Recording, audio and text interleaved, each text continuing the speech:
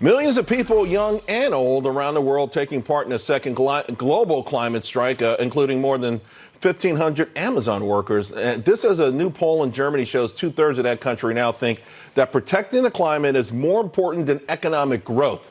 Is that sentiment on its way here? Join me now to discuss District Media President Beverly Hallberg and Democratic strategist Kevin Walling.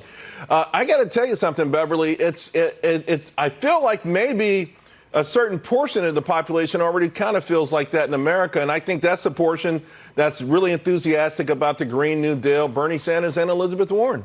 Yeah, I'm not surprised by this result that we have these protests going on, because when you mix information that's not true and mix that with hyperbole, this is a type of reaction you get. And I'll be honest, if I was in high school and I believed what politicians had been telling me, that the world was going to end in 12 years, and I was told I could skip class without penalty, I'd probably be out there in this nice weather today in Washington, D.C. as well. But unfortunately, the problem is that we do have information being put out there that's not true. What we should be telling people, especially when it comes to the United States, is that the U.S. has been a leader when it comes to clean energy. We've made huge strides. And also, when you even look at that recent attack on the Saudi oil field, I am so thankful that we're on our way to being energy independent, because it keeps us safer here in the States. So it's not looking at the facts. And by the way, so many of these plans, they would be huge job killers, not just to people here in the States, but also worldwide. Well, I used to skip school with penalty. So, yeah, you're right. If I had a free day off, I think even Kevin would take that deal. You've come a long way, Charles. You've come a long way. Hey, but this has got to a degree be music to the ears of a lot of Democrats. I mean, when I read this, I was shocked. 63% of Germans said, hey, we don't care. Protecting the climate, even if it hurts our economy, it's priority number one.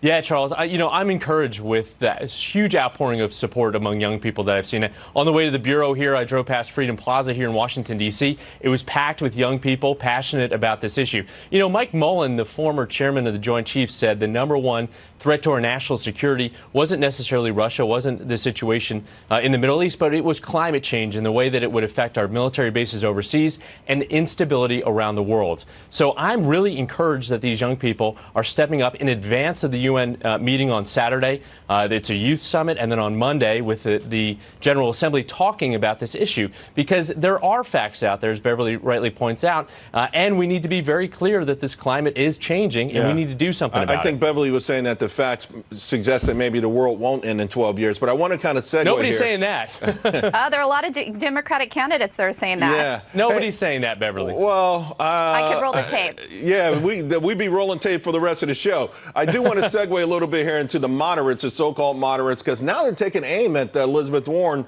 They're knocking her for the evasive answers on Colbert earlier this week when it comes to paying Medicare for all. Let's watch that. Hard-working, middle-class families are going to see their costs go down. But will their taxes go up? Well, but here's the thing. Here's the thing. I've listened to these answers a few times before. Also, everybody knows the answer to that question of whether her plan and Senator Sanders' plan will raise middle-class taxes is yes. Why you wouldn't just say so and then explain why you think that's the better way forward. By the way, Kamala Harris also blasted Warren for doing big money events. So, Kevin, I think this suggests that Warren obviously has the momentum and the moderates are afraid. Yeah, Charles, you're right. I mean, it doesn't pay in this case with Senator Warren to be closing in on the top contender, the vice president, former Vice President Joe Biden, right? When you're on top, that's when you take the incoming.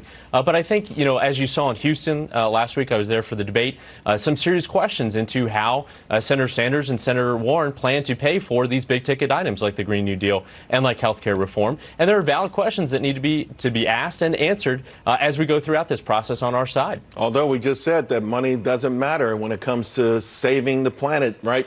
Hey, Beverly, Kevin, thank you both very much. Appreciate it. Thanks, Charles. Have a good weekend.